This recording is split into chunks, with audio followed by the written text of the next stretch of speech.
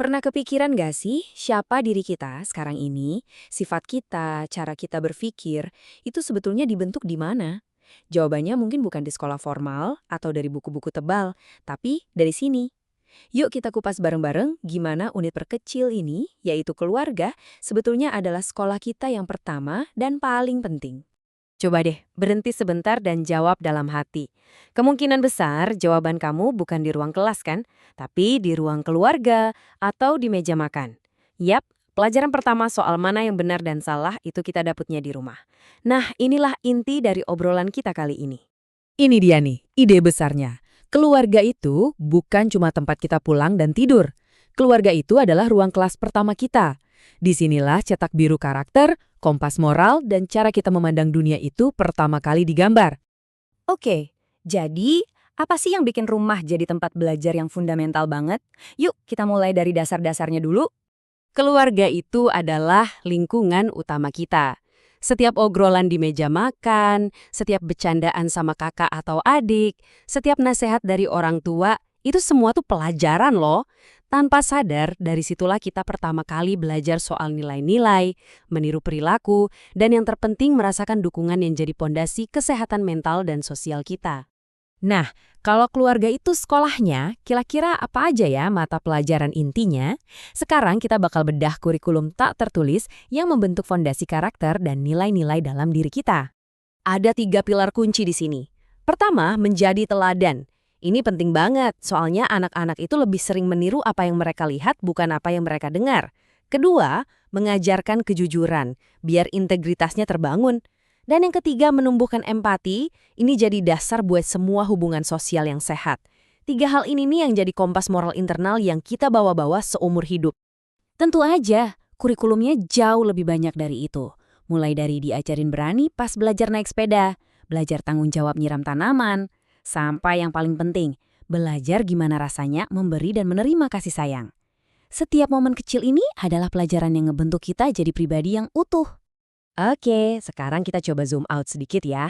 Proses pembentukan diri kita itu nggak berhenti di dalam tembok rumah aja. Keluarga itu juga semacam jembatan yang nyambungin kita ke sesuatu yang jauh lebih besar, ke akar sejarah kita dan ke tempat kita di dunia. Konsep silsilah ini dalam banget maknanya. Ini bukan sekedar bagan nama kakek nenek buyut kita. Anggap aja ini seperti dokumen sejarah pribadi kita. Ini bukti kalau kita itu bagian dari sebuah narasi yang panjang, yang nyambungin kita sama leluhur kita, sama periode waktu tertentu, dan bahkan lokasi geografis di masa lalu. Kenapa ini jadi penting? Soalnya dengan memahami silsilah, kita jadi ngah, oh pantesan keluarga gue punya tradisi begini. Atau oh ternyata sifat keras kepala gue ini turunan dari hal ini ngasih kita konteks, ngasih kita akar, dan bikin kita lebih paham sama diri kita sendiri. Selain sejarah, tempat tinggal kita juga ngaruh banget. Ada 2 jenis lokasi nih. Pertama, lokasi absolut. Ini ya titik koordinat kita di peta, nggak akan berubah. Tapi yang kedua ada lokasi relatif. Ini posisi kita dibandingin sama lingkungan sekitar. Contohnya, rumah gue dekat stasiun atau dekat pusat kota. Nah, lokasi relatif inilah yang seringkali lebih berpengaruh ke kehidupan kita, dari peluang sampai kualitas hidup. Kita udah lihat ke dalam diri, udah lihat ke masa lalu juga. Nah, di bagian terakhir ini, kita akan lihat keluar. Gimana caranya keluarga ngasih kita bekal untuk melangkah dan jadi bagian dari masyarakat yang lebih luas. Jembatan antara kita sebagai individu dan masyarakat itu namanya sosialisasi. Gampangnya, ini adalah proses seumur hidup kita buat belajar aturan main biar bisa diterima di lingkungan. Dan, tebak siapa guru pertama kita buat belajar aturan main ini? Yap, keluarga lagi. Memang sih, guru kita dalam proses sosialisasi ini banyak. Ada sekolah, teman-teman main, bahkan media massa. Masing-masing punya peran. Tapi, nggak ada yang bisa ngalahin pengaruh keluarga sebagai agen yang pertama dan paling utama. Disinilah semua fondasinya diletakkan. Masyarakat kita kan diatur sama banyak banget norma ya.